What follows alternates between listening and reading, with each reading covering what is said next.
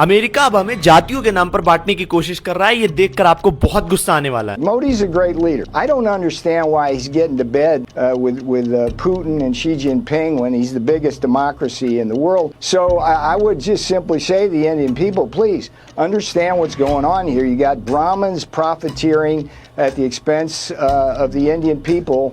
We need that to stop. सुना आपने, ये वही पीटर नावराव हैं जो ट्रम्प को इस पूरे टैरिफ के पीछे की गणित बताते हैं। ये जो टैरिफ पूरे वर्ल्ड पर लगाया गया और जो इंडिया पर टैरिफ इंपोज किया गया ना, उसके पीछे का दिमाग यही है, पीटर नावराव। अब ये व्यक्ति कह रहा है कि भारत में ब्राह्मण तेल बेचकर मुनाफा कमाए। पहले इन्होंने क्या आरोप लगाया कि भारत ने सस्ते दामों में रूस से तेल खरीदकर दुनिया भर को बेचा और उसके बाद फायदा कमाया। दूसरी बार इन्होंने आरोप लगाया कि इंडियन बिजनेसमैन ने अपनी झोलियां भरी। अब आरोप क्या लगा रहे हैं कि भारत में ब्राह्मण पैसा कमा रहे हैं इस चीज से। अब जब इन्होंने ब्राह्मण की बात की ना, तो मेरे दिमाग में एक ही सवाल है कि अगला स्टेप क्या हो सकता है। इंडियन पॉलिटिक्स भी यही चलती है कि रिफाइनरी के बिजनेस में SC, ST, OBC, दलित का हिस्सा कहाँ है, इनके बिजनेस में कितने % दलित ओनर है। अगला सवाल ये पूछा जा सकता है, क्योंकि इंडियन पॉलिटिक्स में भी यही चल रहा है और ये अमेरिका की तरफ से बयान दिया जाना कोई संजोग नहीं है सर। ये बहुत बड़ी साजिश का हिस्सा माना जा रहा है। अभी तक अमेरिका टैरिफ लिए फिर रहा था और अब अचानक से ब्राह्मण का जिक्र कैसे आ गया भाई? आपको नहीं लग रहा है कि हमें किस लेवल पर बांटने की कोशिश की जा रही है? पहले पहलगाम में भी हिंदू बोल के मारा गया और उसके बाद अब फिर से ब्राह्मण का जिक्र कर दिया गया है और सोशल मीडिया पर ये प्रोपेगेंडा भी चलाना शुरू कर दिया गया है भारत में जातियों के नाम पर बांटने की। ये देखिए, मैंने सोशल मीडिया से एक रैंडम ट्वीट उठाया है। इन्होंने लिखा कि ये बात सच है, ब्राह्मण जो है वो दलितों को बगल बिठाना पसंद तक नहीं करते। और जब मैंने इनकी प्रोफाइल चेक करी तो ये कोई इंडियन नहीं था। देखिए जरा कौन है ये। मतलब बाहर के देशों के लोगों को इतना ज्यादा आइडिया हो गया हमारे यहाँ की जातियों को लेकर कि कौन किसकी तरफ पसंद करता है, कौन नहीं, कौन मुनाफा कमा रहा है, कौन नहीं रूस से तेल खरीद कर। और भाई अब अगर ये इतने नीचे गिर चुके तो हम भी थोड़ा सा आपको एक डेटा बताते हैं कि हमारे ऑफिशियल्स में कोई ब्राह्मण है ही नहीं, तो इन्होंने जिक्र कैसे किया। शायद आपको थोड़ा सुनकर अजीब लगेगा, लेकिन ये क्लेरिफाई करना बहुत जरूरी है। ना प्रधानमंत्री मोदी ब्राह्मण है, ना